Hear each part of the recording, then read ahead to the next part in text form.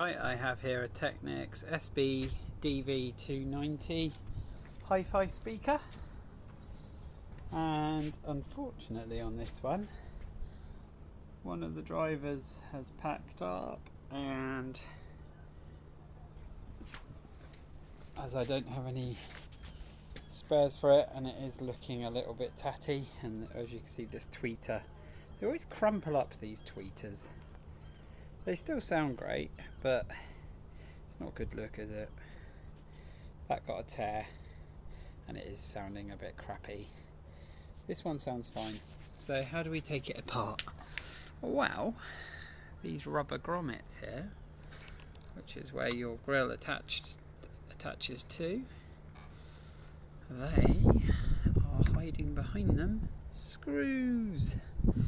So once you've got this fascia off, you can then unscrew your woofers. So let's give that a go.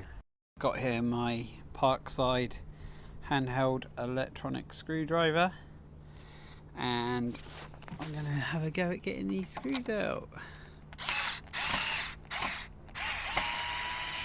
Not tough at all, just regular screws, but you need something with a bit of depth on it.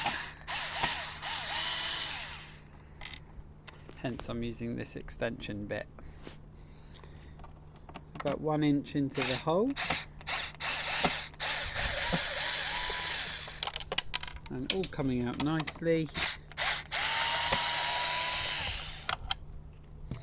which should allow us access to removing the woofers.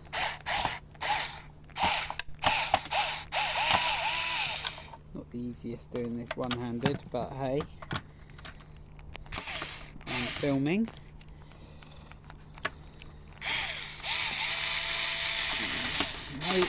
Oh, we haven't got a grip on that. Let's change angle.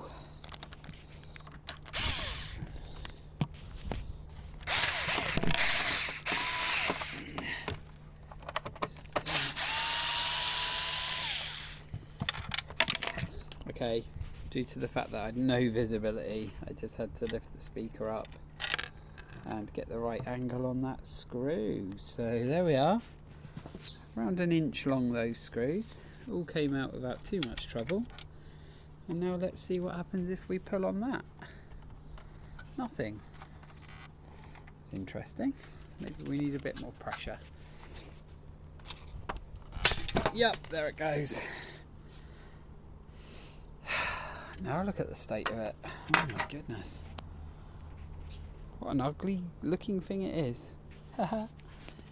Anyway, we can now see what happens to these. So the paper perishes, but I don't think a tweeter really would flex that much anyway. I'm not sure why it's a paper tweeter. Seems a bit odd. Then we've got these little 4, maybe 5 inch mids, and the sub. So let's get those off. That was just 4 screws, nice and easy, and the main subwoofer is out.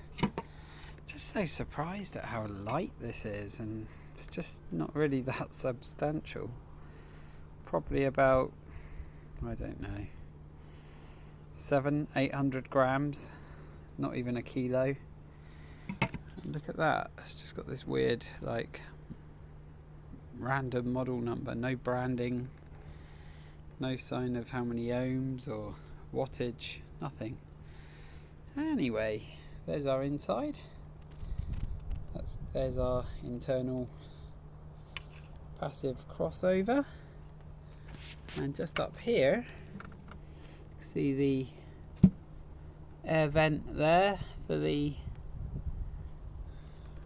base, and this removable section here that just had 2 screws holding that in, just at the top there. And yeah, I can't pull that out, probably because there's wires attached, so I'm not going to force it out now. But it's interesting, isn't it? So these components are mounted to this kind of plastic body, which kind of goes quite deep back into the box. So yep, to all you speaker people who like fiddling with speakers, hopefully you've enjoyed this. Really it was just to show you kind of how to take it apart, because I couldn't see any screws, so that's basically how it's done. If you want to get that off, there's your screws there, and the same for this beautiful little terminal input. So there we go. They're all the same, these Technics speakers, pretty much. They do vary a bit, but this particular one is very popular on the Technics DV line, and on some of the other models as well. So there we go, that's the back end of the fascia. Just interesting to look at these kind of moulding kind of shapes on the rear there. So there we have it. She's a Technics. Great sounding systems anyway. They did a good job on these. They are a bit plasticky, but they seem to be pretty good. Right, cheers guys, and see you on the next one.